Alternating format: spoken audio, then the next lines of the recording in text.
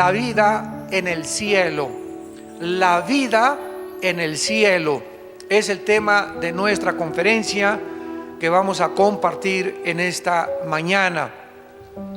En el Evangelio de Juan, capítulo 14, versículos del 1 al 4, estas palabras de Jesucristo, el Hijo de Dios, fueron dadas a sus discípulos en la víspera de su muerte. Juan 14, 15, 16, 17 son capítulos donde Cristo les da ahora sí que las últimas palabras o el último testamento que les compartiría antes de irse. Cristo sabía que sus discípulos aún tenían muchas dudas como las tienes tú y como las tengo yo.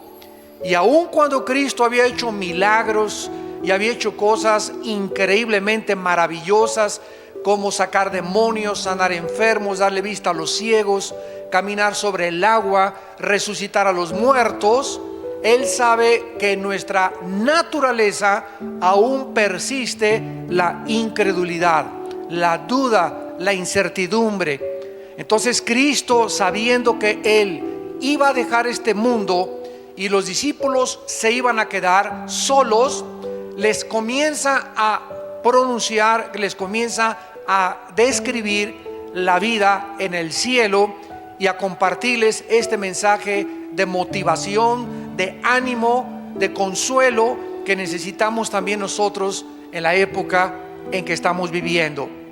Y lo primero que Cristo les dice en Juan capítulo 14 es que no permitieran que su corazón se turbara.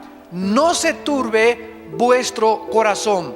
Esta palabra turbar, tarazo, con T de tío, en el griego tarazo significa agitarse, estar en una situación de incertidumbre, de intranquilidad. En otras palabras, no permitamos, en primer lugar, que ningún acontecimiento en el mundo, guerras o rumores de guerras, caída o levantamiento del petróleo, caída o levantamiento del dólar, tsunamis, terremotos, crisis económicas, no permitamos que ninguna situación a nuestro alrededor nos quite la paz. La paz interior que Él al entrar a nuestra vida nos dijo que nos la dejaba. Mi paz les dejo. O sea, no se iba Cristo y se iban a quedar solos. La presencia del Espíritu Santo dentro de sus discípulos, dentro de tu vida y dentro de mi vida, es con el propósito de tener dentro de nosotros un consolador. Porque la palabra consolador, parakletos en el griego, que se traduce abogado, significa alguien que es llamado al lado de otra persona para motivarlo, animarlo, ayudarlo a salir de las pruebas. Entonces Cristo se fue hace 2000 años, pero en todos aquellos que le hemos seguido nos ha dejado dentro de nuestro corazón al Espíritu Santo. Y el Espíritu Santo tiene el propósito de consolarnos hasta que muramos y lleguemos a su presencia, de confortarnos, de animarnos, de poder darnos esa necesidad que tenemos de ánimo para vivir, para poder aguantar hasta el día de nuestra muerte. No permitan que nada les quite la tranquilidad, la paz interior, ningún acontecimiento a nuestro alrededor. ¿Por qué? Porque si creemos en Dios, es exactamente igual que creer en Jesucristo. Porque el Padre y Dios son la misma persona. El Padre y yo, dice Juan 10, uno somos.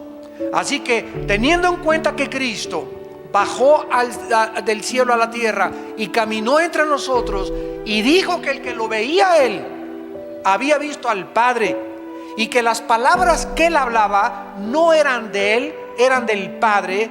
Los milagros que Él hacía no los hacía Él, los hacía el Espíritu Santo a través del Padre dentro de su vida. Los demonios que Él sacaba, los sacaba el Padre. Cristo no hizo nada que el Padre no haya hecho a través de su vida. Simplemente Él fue como un guante donde Dios entró, y cuando movía un dedo era el Padre el que movía. Cuando Cristo hablaba era el Padre el que hablaba. Cuando Cristo caminaba era el Padre el que caminaba. Totalmente rendido como un guante, o como mi mano dentro de un guante, ante la voluntad del Padre. No se turbe vuestro corazón. Si creemos en Dios, creamos también que todo lo que Cristo dijo fue verdad. Ahora en el versículo 2 al 4 comienza Cristo a describirles que en la casa de su Padre, y sabemos que el Padre vive en el tercer cielo. Vamos a ver más adelante que hay 3 cielos en la Biblia: el cielo atmosférico, número 1; 2, el cielo cósmico de los planetas y las galaxias, y número 3, el tercer cielo, donde hay un trono, donde Isaías, donde el apóstol Juan vieron a Dios sentado en un trono en el tercer cielo, gobernando todo el universo que Él creó. Así que Cristo está describiéndonos que en el tercer cielo, no en el cielo atmosférico, no en el cielo galáctico, sino en el tercer cielo, hay muchas habitaciones. ¿Ustedes se han hospedado alguna vez en el hotel Fiesta Americana, o en el hotel Maya Palace de Acapulco, o en el hotel Princess de Acapulco, o en Las Brisas, o en algún hotel así como jamás los han visto en la costa francesa, en la Riviera Francesa, o en Las Vegas, por ejemplo, también, donde están los mejores hoteles del mundo, y que entras y ves persianas increíblemente tejidas, candelabros franceses, tapetes persas, una iluminación maravillosa, unos jardines botánicos que dices: Dios mío, cuántos miles de dólares les costarán. Una cama donde llegas y casi flotas en la cama, aire acondicionado, te dan tu bata, te dan aire acondicionado, te dan todo, y decimos: ¿verdad, Señor, que aquí nos agarre el rapto? Bueno, si nosotros pudiéramos imaginarnos el confort que podemos encontrar en el mejor hotel donde tú te hayas hospedado, imaginémonos cómo va a ser la habitación que vamos a tener en el cielo. Y de eso se trata este mensaje: cómo vamos a vivir y cómo es el cielo. Entonces hay muchas habitaciones en el cielo para nosotros, y Cristo dice: si así no fuera, o sea, si no hubiera muchos lugares donde vamos a vivir en el cielo, entonces Él nos lo hubiera dicho. Pero nos los está diciendo para que creamos que es verdad sus palabras. Entonces Cristo les dice a los discípulos que Él iba a dejar este planeta con el propósito simplemente de prepararnos nuestra habitación. En el antiguo judaísmo, cuando un muchacho le pedía la mano a su novia, el muchacho se separaba 6 meses, 1 año de la novia, y tenía que irle a preparar a la novia la habitación, el lugar donde iban a vivir, para que cuando ya pudieran, después del desposamiento, casarse. Por ejemplo, José y María, la madre de Cristo, estaban desposados, o sea, comprometidos. No estaban casados legalmente, estaban comprometidos. Y mientras él estaba comprometido con María, él tenía la obligación de prepararle un lugar a María. Entonces es exactamente este retrato el que Cristo toma. Él ha ido al cielo a preparar el lugar para que cuando resucitemos y vayamos con Él, podamos nosotros saber que durante todo este tiempo, estos 2000 años, ¿qué está haciendo Cristo? Sentado a la diestra del Padre, viviendo para interceder por nosotros, y al mismo tiempo, imagínense, 2000 años preparándonos una cama, preparándonos un cuarto, preparándonos una mansión, preparándonos. Ni nos vamos a imaginar las flores que vamos a ver, las luces que vamos a ver del lugar que Él nos está preparando. Y si me fuere, dice Cristo, y os preparar el lugar, entonces quiero que sepan que voy a regresar. Vendré otra vez. Ya vino la primera vez, nos promete que va a regresar la segunda vez. Y cuando Él venga la segunda vez, viene a tomarnos. Esta palabra tomar paralambano en el griego, paralambano significa casi arrebatarnos o tenernos cerca de Él. Viene por nosotros, viene a tomarnos para que a donde Él, desde el momento de nuestra resurrección, esté, nosotros estemos por toda la eternidad con Él. ¿Y sabéis a dónde voy? ¿A dónde fue Cristo? A la casa de su Padre. Entonces sabemos el camino. ¿Cuál es el camino para llegar a Dios? La persona de Jesucristo, porque Él dijo: yo soy el camino, yo soy la verdad y yo soy la vida. Existen miles de ateos en el mundo que creen que con la muerte se acaba la existencia del ser humano, por lo que simplemente viven para esta vida, jamás pensando en la eternidad. Los ateos dicen es que el universo es eterno, todas las cosas han estado como están y seguirán como están desde que las cosas existen, cuando los mismos principios de la primera y la segunda ley de la termodinámica, para que se lo expliques a tu maestro ateo, los principios de las leyes físicas de la termodinámica niegan que el universo pueda ser eterno. El universo tuvo un principio, dice la Biblia: en el principio Dios creó los cielos y la tierra. Y si hubo un principio, tiene que también haber un final. Las mismas leyes del universo nos muestran que el Sol está perdiendo millones de toneladas masa por segundo. Todo tiende al deterioro, todo se está descomponiendo, todo tiende a marchitarse, a descomponerse, a degradarse. Es la ley que se llama también en la física de la entropía. Entonces, las personas que no tienen la esperanza de poder volver a vivir, viven para esta vida. No tienen ninguna seguridad, no tienen ninguna esperanza, no tienen ningún destino, simplemente vivir para esta vida. Sin embargo, Dios nos mandó a Jesucristo a enseñarnos en Juan capítulo 5, versículo 28 al 29, que están muy equivocados. Que Jesucristo, que bajó del cielo, nos dice estas palabras. Juan 5, 28. No se maravillen de esto, porque vendrá hora cuando todos los que están en los sepulcros oirán su voz, y los que hicieron lo bueno saldrán a resurrección de vida, mas los que hicieron lo malo a resurrección de condenación. Vemos pues que solo hay dos lugares después de esta vida. No hay reencarnación como inventaron los filósofos, los budistas, los maometanos, los lamas de la India, del Tíbet. No hay reencarnación.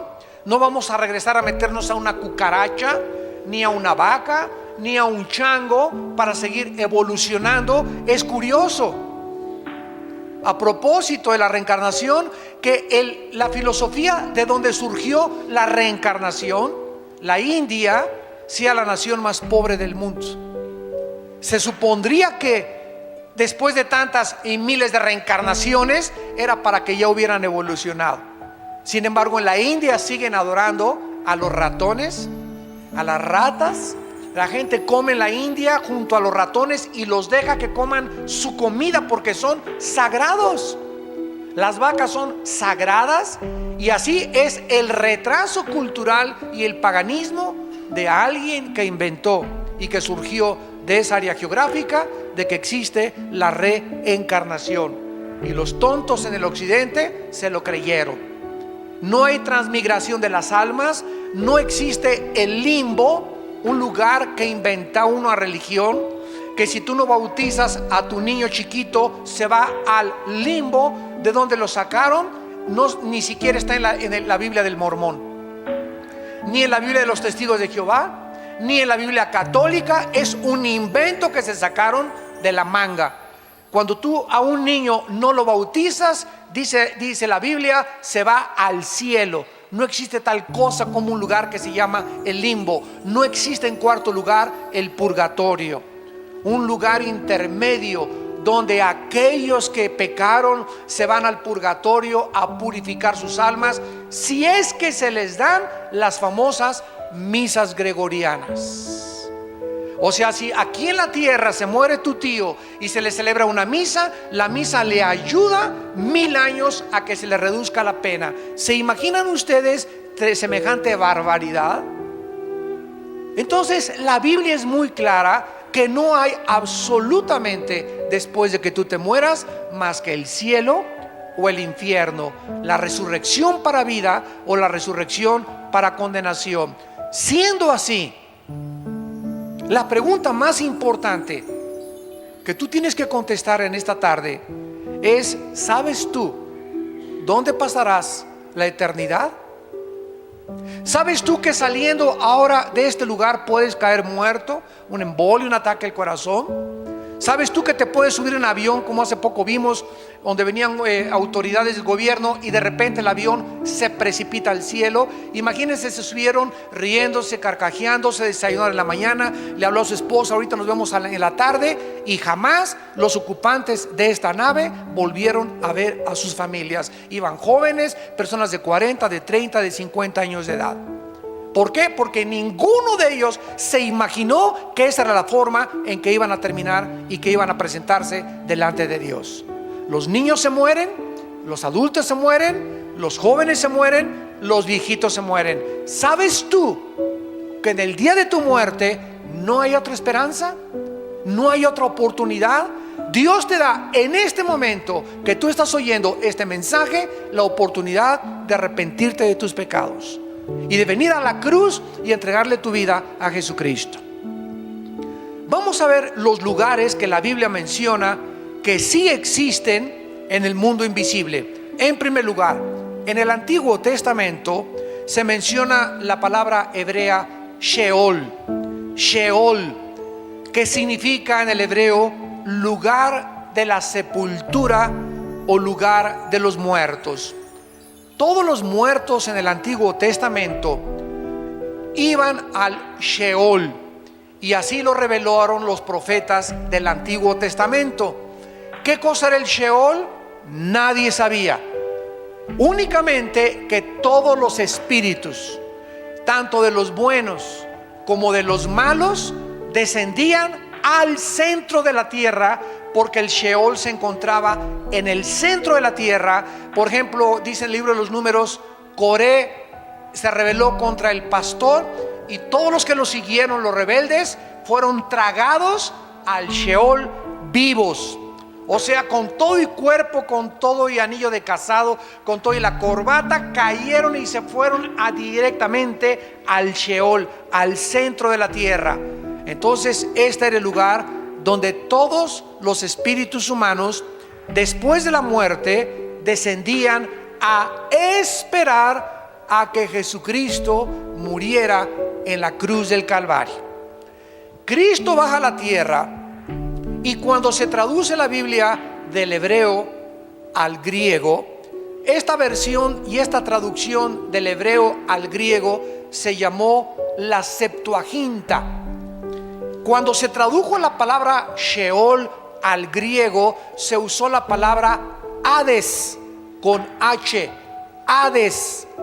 Y Cristo en Lucas capítulo 16, versículo 19 en adelante, les cuenta una historia a la gente de a su alrededor respecto al mundo invisible, al Sheol, que ahora era el Hades, y les dice cómo era este lugar.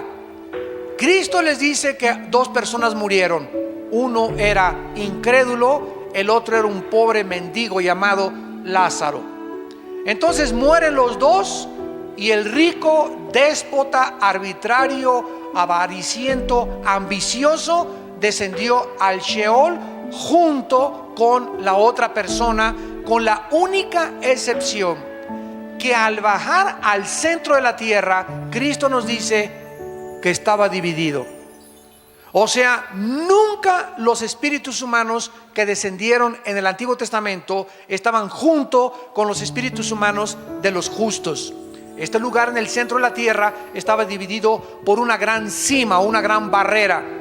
De un lado estaba el infierno, que se usa la palabra Gehenna en el griego para describir el infierno, que era el lugar donde tiraban la basura los judíos, y ese lugar se llamaba Gehenna, y usa Cristo esa palabra Gehenna para describir que era el lugar donde ardía el fuego. Y las personas en el infierno que murieron en el Antiguo Testamento estaban en el infierno ya sufriendo. Uno de ellos pedía a gritos que le dieran una sola gota de agua para poder aliviar su dolor en la lengua. Las personas en el centro de la tierra, en el infierno, Cristo dijo que tienen memoria. En esta historia, esta persona le grita y le dice: Padre Abraham, yo tengo muchos familiares allá en Metepec, allá en Lerma. Por favor, vayan y díganles que es verdad que existe el infierno, que no vayan cuando se mueran a caer este lugar, de lo burlón que yo fui, de lo parrandero, borracho y jugador y mentiroso que yo fui. No quiero que vengan mis familiares a este lugar. Y Abraham le contestó y le dijo: ¿sabes una cosa? Que a través de los milagros nadie se va a convertir.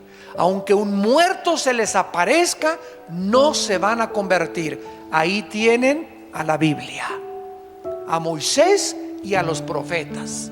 Y el que no se convenza a través de la predicación de la Biblia, porque la fe es por el oír, no es por ver, no es por ninguna otra cosa más que por oír la palabra de Dios, nadie se va a convertir. Esta fue la manera que Dios escogió y diseñó para que entráramos al cielo, creyendo la predicación del Evangelio de la gracia de Dios, de Jesucristo. Entonces el Hades, que se tradujo del Sheol, el Señor Jesucristo reveló que estaba dividido en dos partes. En un lado estaban los condenados y en el otro lado estaban los justos, desde Adán, Moisés, Abraham, Isaac, Jacob, José, Daniel. Todos se encontraban en el lado del seno de Abraham. Así se le llama, y también se le llama el paraíso. Entonces esta palabra, dice la Biblia, es la que se usó para describir este lugar. Muy bien, cuando Cristo muere, Él desciende al Hades, al centro de la tierra. Su cuerpo de Cristo se queda en la tumba. Ahí se quedó su cuerpo de Cristo, porque su cuerpo no había sido aún glorificado, y bajó en espíritu al centro de la tierra. Su espíritu se salió de su cuerpo y bajó al centro de la tierra, al Hades.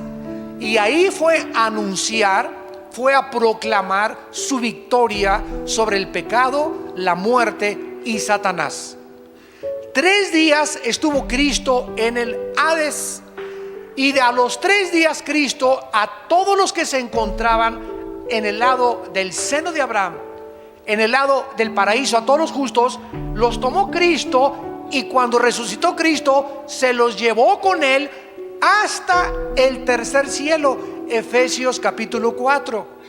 Subiendo a lo alto, se llevó cautiva a la cautividad, y se presentó en el tercer cielo ante su Padre con todos estos millones de justos que habían creído el Evangelio en el Antiguo Testamento a través de la fe y de la gracia de Dios, y ahora se quedaron allá en el cielo.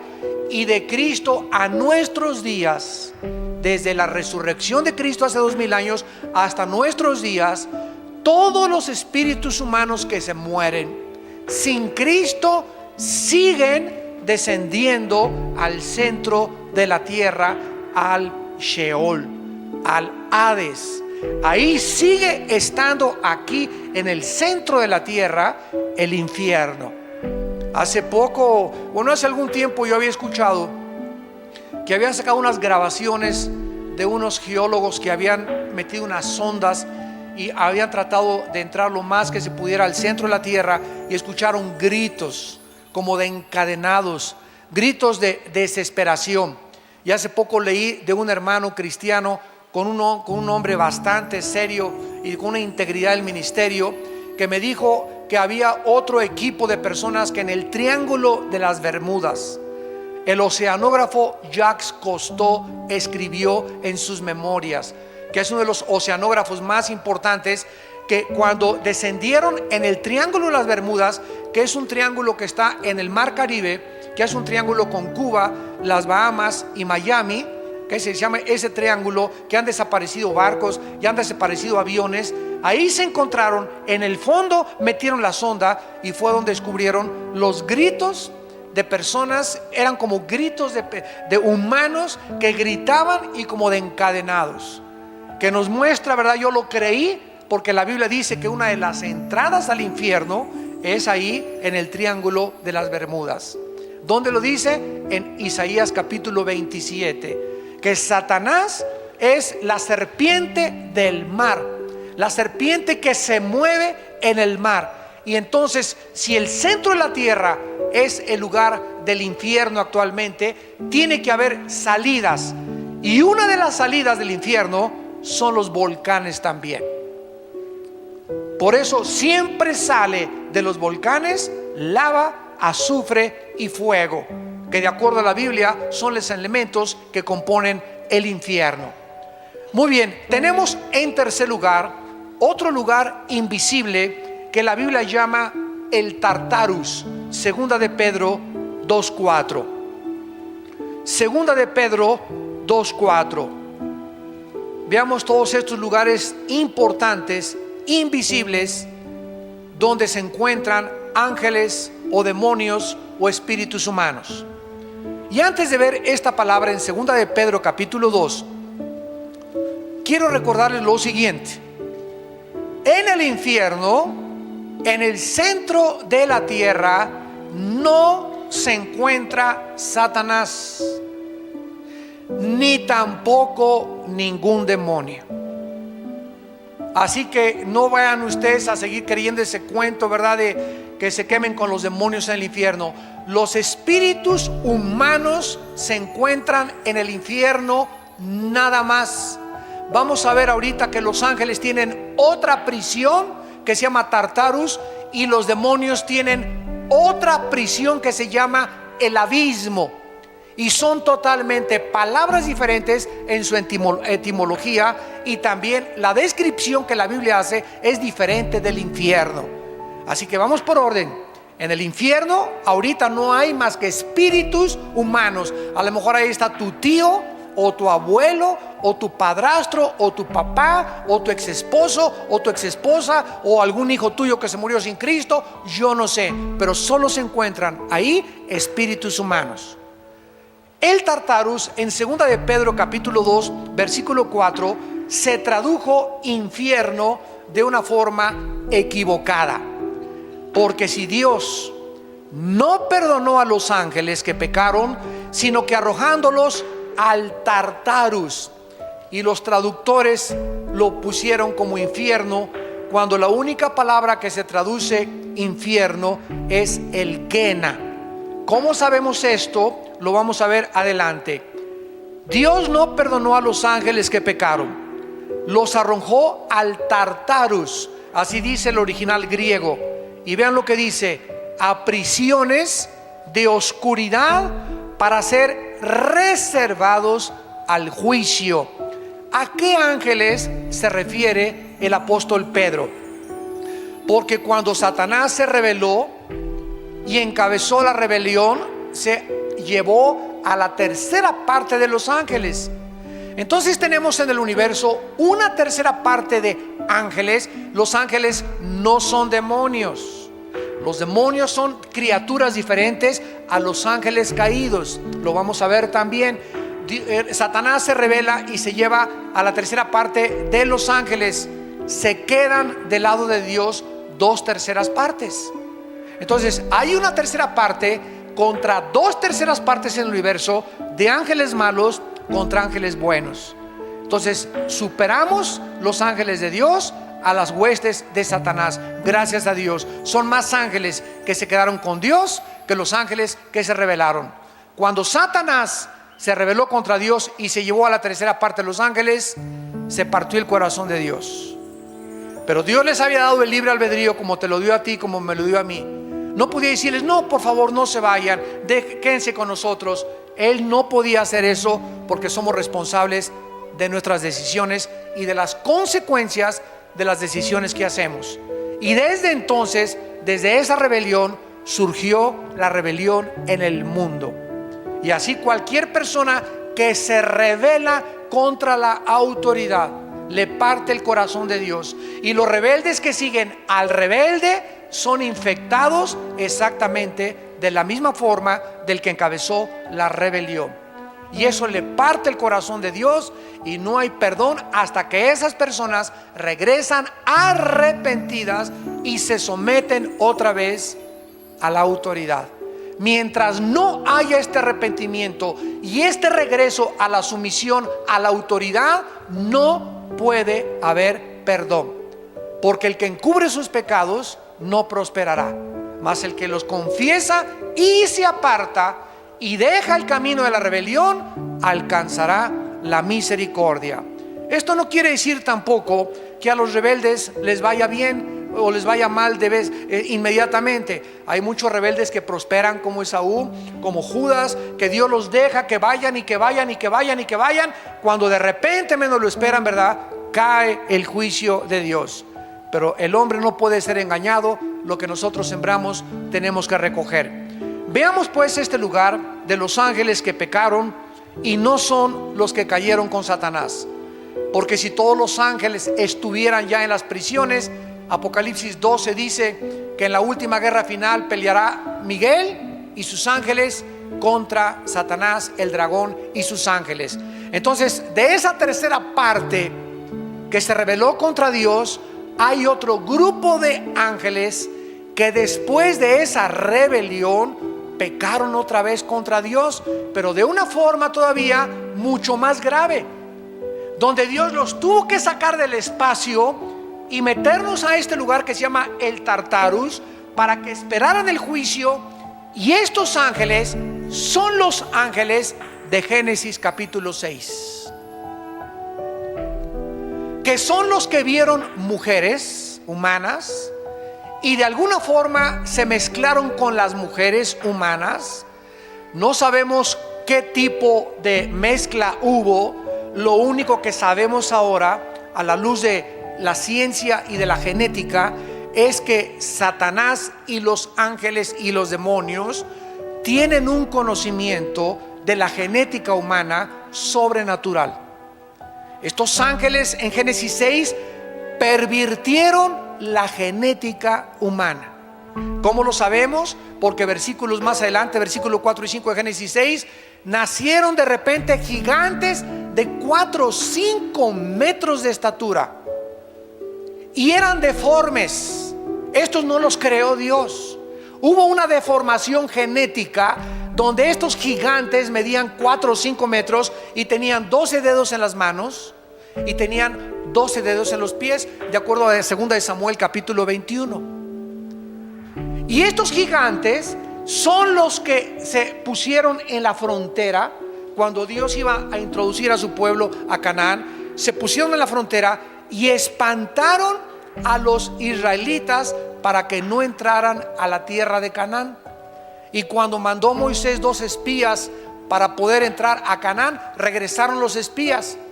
Oye, Moisés, increíble, son gente que parecemos langostas comparados con ellos. En el hebreo se usa la palabra refaitas, que se tradujo gigantes porque venían de Rafá, otra de las tribus que poblaron Canaán. Casi todo Canaán eran gigantes. Los somsomeos, los rafaitas, bueno, todo estaba poblado casi de gigantes. Y esto fue lo que espantó al pueblo de Dios. Son demasiados gigantes, no podemos con ellos. Cuando más adelante, ¿se acuerdan ustedes de David? Un muchacho que cantaba a Dios: santo, santo, alabado sea el Señor, con su arpa. Y de repente le dice a su papá David: oye, ve al campo de batalla, porque todos están paralizados por el temor. Nadie quiere moverse porque hay un gigante llamado Goliat que ha retado al ejército de Saúl y les ha dicho: a ver quién en 40 días les doy para que me presenten a un guerrero, y si él me vence, y nosotros nos rendimos a ustedes, y si no, ustedes serán esclavos de nosotros. Y nadie, ni el rey Saúl ni los guerreros de Saúl, estaban espantados. Nadie quería enfrentarse con Goliat.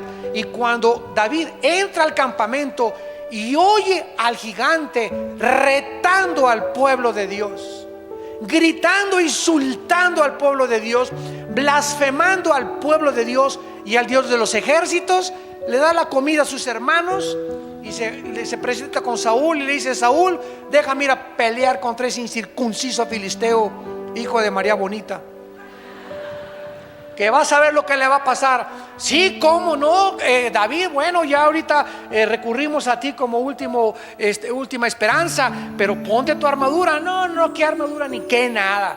Yo no necesito ninguna cosa humana. Este pleito es espiritual. Este pleito no es de lanza contra nada. Señor, tú en el pasado los osos querían a tus ovejitas morderlas, y yo agarré la onda y maté al oso y maté al león. A esta onda, que la sé mejor manejar que la espada y que la lanza, va a ser contra ese incircunciso. Yo voy a él en el nombre de Jehová de los ejércitos.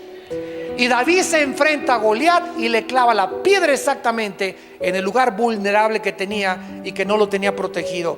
Desde entonces todos los cascos militares los hicieron así, protegiéndoles la frente. Y eso es verdad, Todos se acordaron de Goliat. Entonces vemos, ¿verdad?, de qué forma es David. Y Goliat tenía 5 hermanos, de acuerdo a 2 Samuel 21. Y ustedes leen la vida de David. David fue el hombre que mató al primer gigante y que acabó con todos los gigantes. Y es interesante que David, cuando se acercó a Goliat, juntó 5 piedras. 5 piedras, 5 es el número de la gracia. En otras palabras, cuando David se enfrentó al gigante, dijo esto cuando metió las 5 piedras: si me salen los 4 hermanitos, a los 4 me los echo también.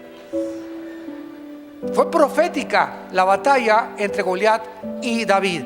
Los gigantes habitaron durante 1000 años, de acuerdo a la Biblia. 1000 años poblaron el planeta Tierra los gigantes. ¿Quién cargó las pirámides de Egipto? Que pesan 2,5, 6 y 8 toneladas cada una. ¿Quién pudo haber puesto las pirámides que están orientadas a los signos del zodíaco en el cielo? Tanto las pirámides de Egipto como las pirámides de Teotihuacán y las de los mayas están orientadas, y cuando sale el sol tienen el equinoccio perfecto de acuerdo a la astronomía. ¿Quién les reveló? Escuchen esto: no existe ningún historiador, ningún paleontólogo, arqueólogo que nos pueda decir quién construyó las pirámides, ni la edad de Keops, Kefren y Miserino, las principales pirámides de Giza. ¿Por qué? Porque no se sabe quién las construyó ni cómo las construyeron. Las personas que las hayan construido, cómo cargaron una piedra de 2,5 toneladas y la llevaron. Bueno, han hecho, ¿verdad?, experimentos con troncos poniendo las piedras. ¿De dónde las trajeron? ¿Cómo es posible que la piedra caliza que tiene las pirámides no se haya, es como un impermeabilizante increíble que le pusieron? Pero lo que más ha impresionado a los científicos, que permanece como uno de los misterios de la historia humana, es que ¿quién les reveló a los que construyeron las pirámides de Egipto? Escuchen, estamos hablando de hace más de 10,000 años. De hace más de 10,000 años. Pues no, que veníamos de los cavernarios. No, que el cavernario Galindo fue el primer cavernario. No, que el hombre Piltdown, que el hombre Cromañón, y que fuimos evolucionando. Oigan, estamos hablando que hace 10,000 años las personas que construyeron las pirámides, igual que los mayas, tenían un conocimiento mucho más grande de la astronomía y de las matemáticas que en el siglo XXI. ¿Quién les reveló ese conocimiento astronómico? No tenían telescopios. reveló ese conocimiento de los signos del zodiaco y de la orientación de los signos del zodiaco hacia el espacio. La Biblia nos muestra, ¿verdad?, que hubo influencia de esos gigantes, y esos gigantes tenían conocimiento satánico. Y no hay ninguna otra explicación de la historia más que la Biblia y el tiempo que estos gigantes habitaron y poblaron la tierra por 1000 años. Solo ellos pudieron haber cargado esas piedras. Y lo más interesante es que los gigantes se están encontrando en ruinas arqueológicas en Sudamérica, en Asia, en África. Se están encontrando esqueletos de gigantes. O sea, habitaron toda la tierra, y habitaron antes del diluvio y después del diluvio. Veamos pues que estos ángeles que se mezclaron en Génesis 6 con las mujeres fueron lanzados al Tartarus, y nos lo confirma el libro de Judas, que está antes de Apocalipsis. ¿Están aprendiendo algo? Más les vale. En Judas, para que no sigas con el Calimán, telenovelas, que el gurú me dijo. Háganme el favor nada más, Walter Mercado, tu padrino. Tenemos la Biblia, la palabra profética más segura, a la cual haríamos bien estar atentos, que nos descubre todos los misterios de la historia y los misterios de la humanidad.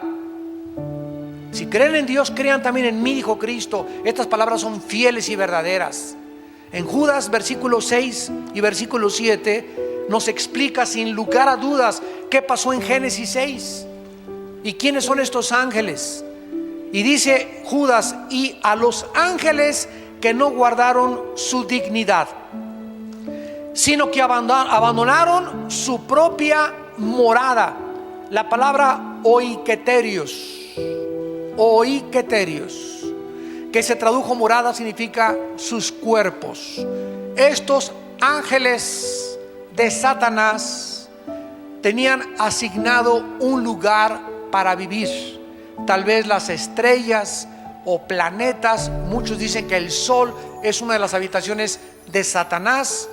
Pero estos ángeles abandonaron el lugar que Dios les asignó, cruzaron, transgredieron sus habitaciones y se metieron y bajaron al planeta Tierra hace miles de años. Abandonaron su lugar donde deberían vivir. A estos ángeles que dejaron sus habitaciones, Dios los ha guardado bajo oscuridad, en prisiones eternas para el juicio del gran día. Y estas prisiones se llaman el Tartarus, donde Pedro nos dice que son los ángeles que pecaron y que Dios los mandó al Tartarus. Es la única prisión que la Biblia describe de los ángeles. Y dice el versículo 7, para quitarnos cualquier duda, que estos ángeles, que son el sujeto de este contexto, como Sodoma y Gomorra, o sea, se comparan a estos ángeles con los habitantes de Sodoma y Gomorra y las ciudades vecinas, las cuales de la misma manera que aquellos. ¿Quiénes son aquellos? Los ángeles que están en el centro de nuestra discusión. Los habitantes de Sodoma y Gomorra hicieron lo mismo que estos ángeles. Que hicieron: fornicaron. Fornicaron. Los ángeles pueden fornicar. Bueno, la palabra fornicar tiene varias y diferentes connotaciones. La palabra fornicar, porneia, de ahí viene la palabra pornografía, significa en la Biblia relaciones sexuales ilícitas. Dios creó el sexo y solo Dios puede determinar y autorizar dónde, cuándo y cómo podemos usar el sexo. El sexo no lo inventaron los psiquiatras, ni los psicólogos, ni los sexólogos, ni los sociólogos. Ningún ser humano tiene la autoridad de decirnos qué es el sexo y cómo debe ser usado el sexo. Así que si alguien te dice que tú eres hombre y te vistes de mujer y los sexólogos te dijeron que está bien, son unos mentirosos, porque ellos no inventaron el sexo. Si tú no naciste hombre y te ves en el espejo y tienes el órgano masculino, entonces es que eres hombre. Y si tienes una mentalidad diferente, es que tienes un tornillo flojo en la mente, porque no eres mujer, eres hombre. Y necesitas arrepentirte, cambiar tu vida y creerle a Jesucristo. Y de eso se trata. ¿A quién le creemos? ¿A los sexólogos? ¿A los psiquiatras? ¿O le creemos a la palabra de Dios? Esto es lo que significa relaciones sexuales ilícitas. Ahora, ya casados, dice la Biblia que el hombre que deja a la mujer o la mujer que deja al hombre y comete adulterio es fornicación. Relaciones con animales es fornicación.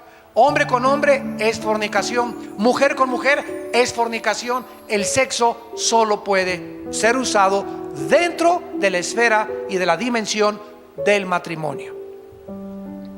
Antes de casarte es fornicación, con animales es fornicación, con tu novio es fornicación, hombre con hombre es fornicación, mujer con mujer es fornicación, y todo lo que no sea dentro del matrimonio, y matrimonio entre Adán y Eva, no entre Jorge y Pepe, ni entre Lupita y Carmelita, sino entre un hombre y entre una mujer. Es la única forma de poder usar el sexo. Ahora, si estos ángeles cometieron algún ilícito sexual, ¿cómo pueden ellos haberse relacionado? ¿O qué acaso los ángeles tienen esperma? Porque en algún lugar de la Biblia se nos dice que no se pueden reproducir. No son como nosotros, que como conejos, ¿verdad?, estamos produciendo y produciendo y produciendo, etcétera, etcétera. Los ángeles, la cantidad de ángeles que Dios creó, ya no hay más ni menos. No hay angelitos ni angelitas tampoco. No hay ángeles del sexo femenino. Todos son del sexo o del género masculino. Pero si no se pueden reproducir, entonces, ¿cómo está, verdad? Todos estos misterios son interesantes. Bueno, vamos a explicar esto. ¿Se acuerdan ustedes del endemoniado gadareno? ¿Cuántos demonios tenía? Tenía 6,000 demonios. Porque Cristo le preguntó: ¿cómo te llamas? Y le contestó: Legión. La palabra legión significa 6,000 soldados, de acuerdo al Imperio Romano. Muy bien, escuchen esto. Estos demonios conocían también el cerebro y le conocen las neuronas del cerebro. Estamos hablando de hace 2000 años, cuando ni la genética, hasta 1860 por Gregorio Mendel, fue descubierta las leyes de la herencia. Estos demonios hace 2000 años sabían qué neuronas del cerebro son las que controlan los ojos, los oídos, las cuerdas vocales. Todo, absolutamente, los demonios estaban manejando. Se metieron a los controles del ser humano aquí en el cerebro y comenzaron los músculos. Tenía el gadareno fuerza como de un gigante, una fuerza que rompía las cadenas. Los demonios le dan fuerza al ser humano. ¿Por qué? Porque cuando un demonio entra al cuerpo humano, el demonio sabe cómo operan los músculos, cómo operan los ojos, cómo mover las cuerdas vocales. Hablan los endemoniados con una voz que no es la de ellos. Alteran el tono de las cuerdas vocales. Los ojos, increíblemente estamos apenas descubriendo la maravilla del ojo, de los oídos. Todo lo tienen ellos conocido desde hace miles de años. ¿Y qué es lo que están haciendo ahora los ángeles caídos y Satanás? Planeando clonaciones humanas para volver otra vez a traer a este mundo monstruos. Y comenzaron con Frankenstein en los 60s. Yo veía a Frankenstein en los 60s, era niño y no dormía en 3 días. Ahora ven a Frankenstein los niños y se echan de carcajadas enfrente de él, comparado con Godzilla y con las monstruosidades increíbles que ahora ha producido Hollywood. Ya aparece Frankenstein, Pinocho con los monstruos de ahora. Ya vas a las películas y todos son demonios, apariciones, etcétera, etcétera, porque el diablo está preparando a los niños para los monstruos que van a comenzar a surgir y las clonaciones genéticas entre animales y hombres que aparecen en Apocalipsis capítulo 9. Está preparando a nuestros hijos para que cuando aparezcan se rían enfrente de ellos y los vean como algo absolutamente normal. Muy bien, si los demonios y Satanás tienen la característica de poder conocer nuestros genes, las neuronas de nuestro cerebro, nuestro sistema nervioso, nuestro sistema muscular, etcétera, etcétera. Pueden también los demonios meterse al esperma. En un esperma de los 500 millones que existen o 600 que salen en cada eyaculación de un varón, un solo esperma entra para la ovulación y para la fertilización, para que se produzca un ser humano que se llama cigote, feto y después ya bebé. En un solo esperma de los millones microscópicos que tenemos caben más de 100,000 demonios. O por lo menos tienen la facultad de poder ir en ese esperma y alterar para que el niño que nazca con 2 cabezas, nazca con pie equinovaro, nazca con un defecto o dividido, un chivo con una cara de una cosa y cosa otra cosa, cualquier cosa que sea antinatura, que va en contra de la creación original, es de carácter demoníaco. Por eso, ¿verdad? Tomar drogas en el embarazo, alcohol en el embarazo, fumar en el embarazo, ya no significa que Dios lo haya hecho así. Somos responsables nosotros de la forma como nos cuidamos, o como se cuidaban las mujeres, o con quién te metiste, o el SIDA que te contagió esa persona, y ya Dios se hace a un lado y nos deja recibir lo que nosotros sembramos. Y ninguno podemos culpar a Dios de lo que ha sucedido en el mundo, porque es la obra de nuestras propias decisiones y nuestro libre albedrío. Estos ángeles que se mezclaron con las mujeres humanas no necesariamente les comunicaron su esperma, porque ya vimos que no se pueden reproducir. Pero lo que hicieron estos ángeles, a la luz de la genética del siglo XXI, es que alteraron los genes de las mujeres humanas. Satanás tiene la facultad de poder alterar los genes. Si nosotros permitimos, porque sin nuestro consentimiento ni Dios ni el diablo se meten a nuestra vida. ¿Me escucharon muy bien? Ningún demonio puede tener nada con mi vida sin mi consentimiento. Cualquier actividad de los demonios en mi vida es porque yo les di permiso. Y cualquier cosa que Dios tenga con mi vida es porque yo se lo permití a Dios. Dios no viola mi libertad, ni tampoco los demonios. Esta es la característica donde el hombre decide y es responsable de cada decisión que hayas tomado en tu vida. No le eches la culpa ni a Dios, ni al diablo, ni a tu mamá, ni a la suegra, ni a tu papá que te violó, ni a tu madre, ni a tus hermanos, a nadie. La única razón por la cual tú eres como eres es porque tú has escogido ser lo que tú eres. Mi mamá fue prostituta. No tienes por seguir los pasos de tu mamá. Me crié en un hogar, bueno, Cristo te puede sanar. Y es más grande la gracia que las maldiciones que heredamos. Y finalmente vemos nosotros que no solamente la Biblia nos demuestra esto, sino que nos demuestra también, gracias a Dios, que tenemos una casa intermedia cuando nosotros morimos. 2 Corintios capítulo 5, terminamos, y dice la Biblia que cuando nosotros morimos, si tú mueres hoy en la noche, es muy importante este estudio. Si tú mueres hoy en la noche, amado santo que me escuchas, o santa, Santa Tomasa, o San Anselmo, si tú mueres hoy en la noche, tu espíritu y tu alma se salen de tu cuerpo y nos vamos derechito al cielo. Los ángeles de Dios vienen a recogernos. El momento en que cierras tus ojos y te desconectas de tu cuerpo y tu alma, porque el cuerpo, dice Santiago 2, no puede vivir sin el espíritu. En lo que le da vida al cuerpo es el espíritu. El momento en que tu espíritu se sale, el cuerpo se muere, se diagnostica que estás muerto, te entierran, te creman, no importa lo que te hagan, te vas a la tierra, y tu espíritu y tu alma se van directamente al cielo con los ángeles escoltándonos, porque para pasar el primer cielo, que está ocupado por Satanás, es territorio enemigo, necesitamos guaruras. que nos escoltan para poder, y se hacen a un lado los demonios, porque van los ángeles que son más poderosos que los ángeles caídos para llevarnos a la presencia de Dios. Cuando estemos allá en el cielo, se nos va a dar un cuerpo intermedio. Si tú mueres hoy en la noche, tu espíritu y alma se va al cielo, mi espíritu se va al cielo. Y cuando estemos en el cielo, como Cristo no ha bajado todavía a resucitar a los muertos, que es cuando se nos va a dar el cuerpo glorificado, mientras estamos en el cielo, 2 Corintios 5, dice Pablo, sabemos que si nuestra morada, miren cómo le llama Pablo al cuerpo, morada terrestre. Si nuestra morada terrestre, este tabernáculo, se deshiciere, tenemos de Dios un edificio, o sea, una casa no hecha de manos, eterna en los cielos.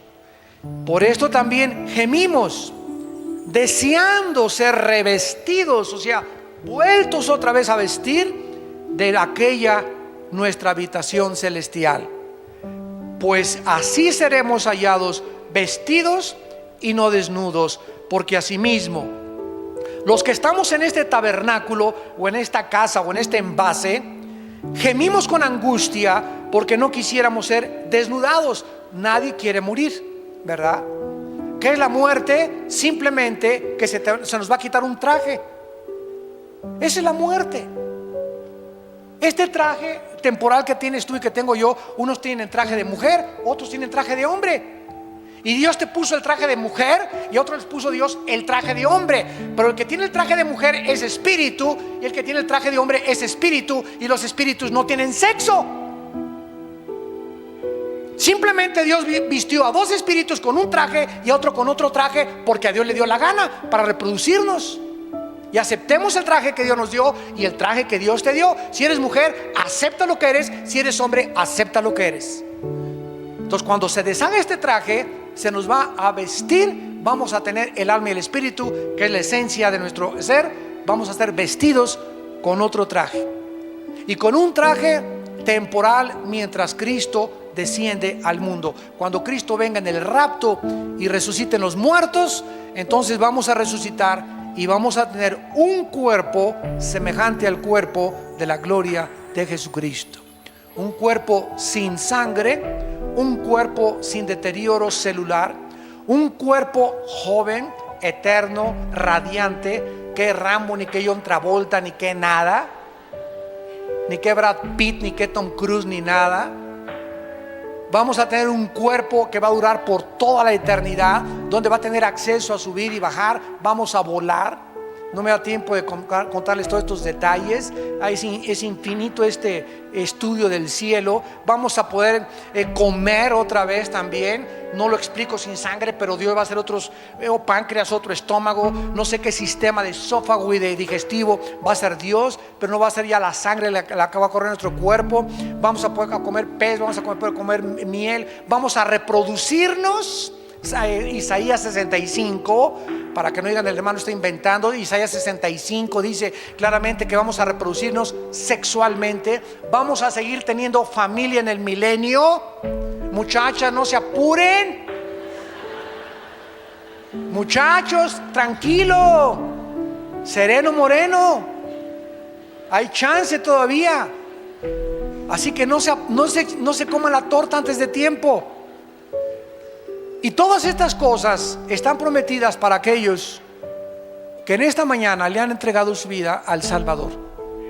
Si tú en esta mañana no tienes a Jesucristo, yo te ruego en el nombre de Dios, por las misericordias de Dios, por la verdad que tú puedes, saliendo este día, o a lo mejor hoy es la última vez que Dios te ha hablado en tu vida, no endurezcas tu corazón. Está de por medio tu eternidad.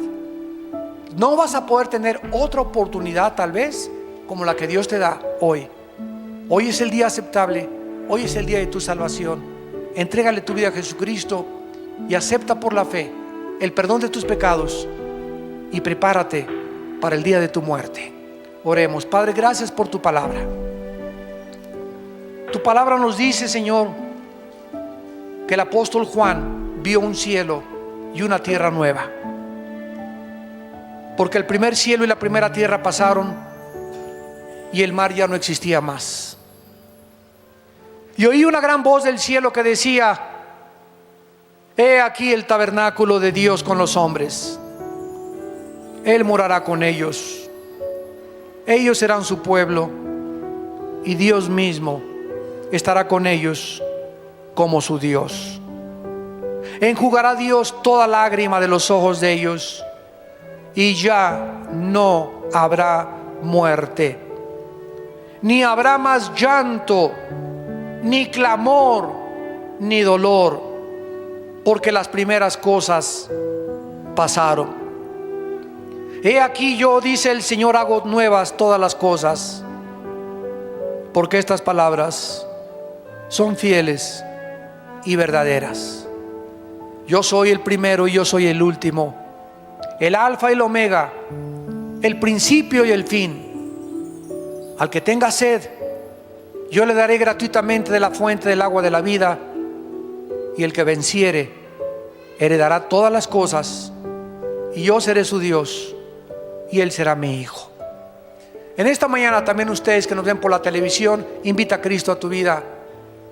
Y todos ustedes que estamos en esta reunión, ahí desde tu lugar en este momento, invita a Jesucristo a tu vida con estas palabras: Señor, te pido perdón por mis pecados. Acepto que en la cruz tú pagaste por ellos mediante el derramamiento de tu sangre preciosa.